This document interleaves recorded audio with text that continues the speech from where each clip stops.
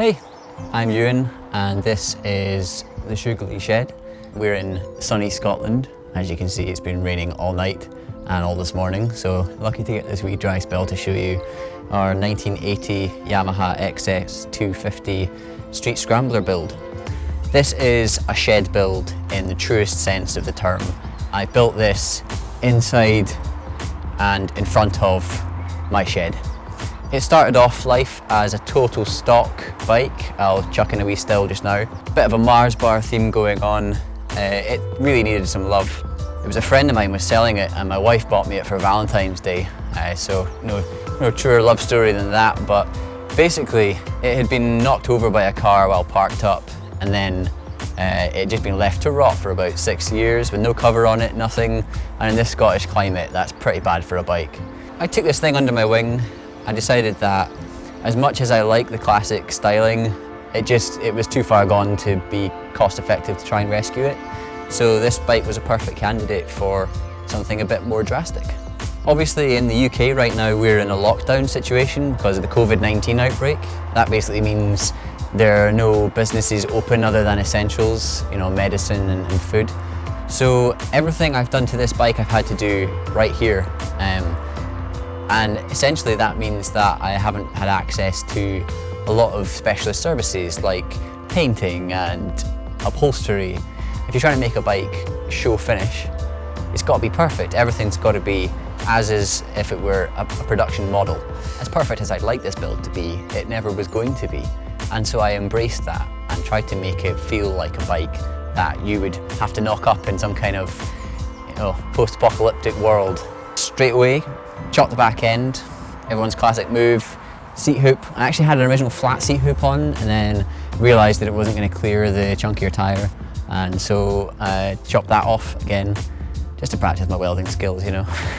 Got a flick up one, welded that one on instead, which fits a bit better, and I actually quite like it on this style of bike. So a little bit of background on these bikes. The 250 was the little brother of the 400, the XS400, which was way more popular. They were essentially the exact same bike, just the 400 had a bigger bore and bigger pistons. So the 250, it's underpowered, it's quite slow, it's never going to win anyone in a race. You're trying to drag around basically a 400cc bike with a smaller capacity engine. However, you know, you can actually have a lot of fun in these 250s. They do pull quite well for the size. And it was cheap, it's what I had, and I reckon they've come up with something pretty smart out of it. The front wheel, when I first got the bike, had a massive crack and split along the rim, so that was a total goner, that had to go. I managed to get a replacement on eBay from a breakers, super cheap, so it just needed restored, it just needed a good clean, a repaint, new bearings, and then pretty much good to go on the bike. A new tyre, nice little lightweight fender.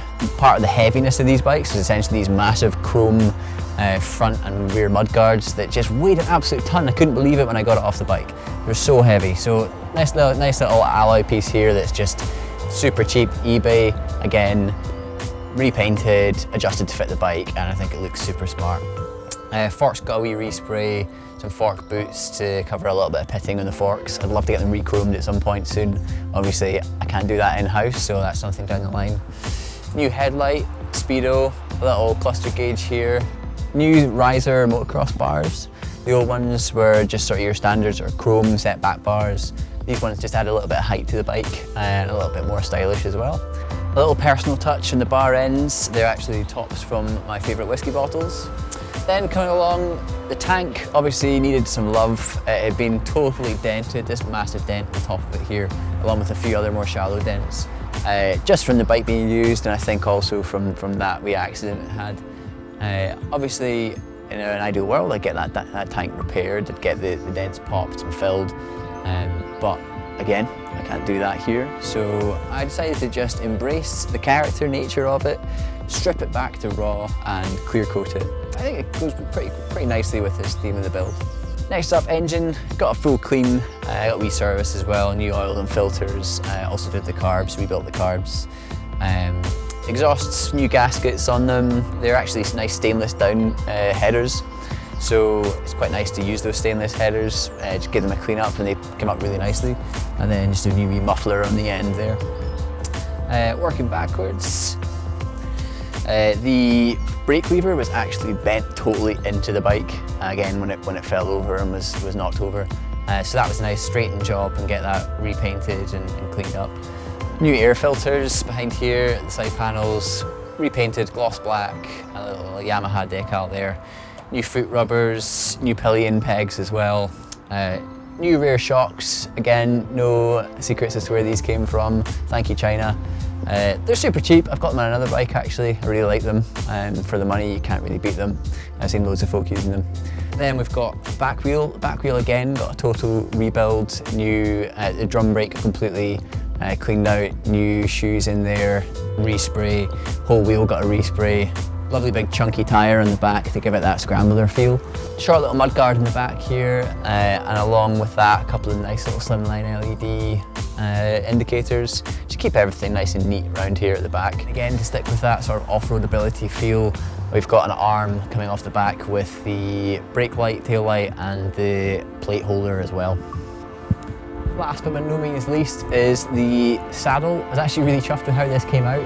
I've recovered a few saddles in my life and they've never really been quite right, but this one was, pretty good. We've got a plywood base, the old foam from the old seat reshaped and then recovered. I was really chuffed to weld a hinge onto this frame and utilise the old hinging seat mechanism from the original bike.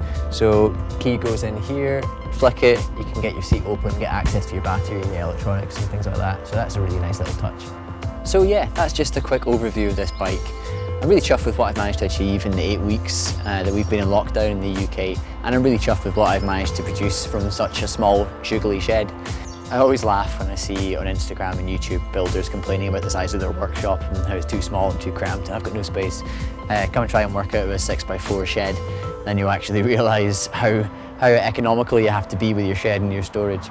So, I hope you like what I've done with this bike. I'm actually quite new to this bike building, so I really hope that you can appreciate what I've done in this quarantine style. And any feedback is really greatly appreciated, and I can't wait to see you with other bikes with the bike shed unlocked.